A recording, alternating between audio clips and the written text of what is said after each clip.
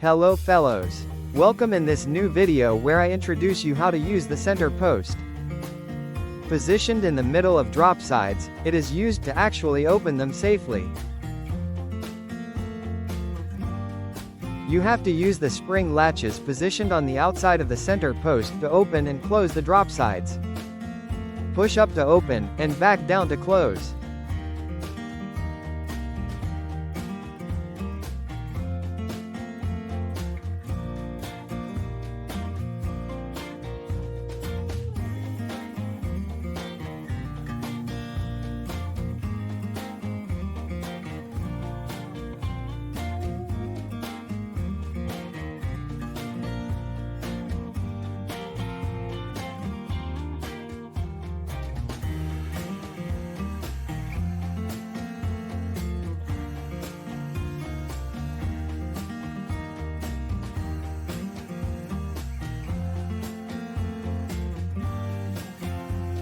Use the middle latch to open the entire drop side.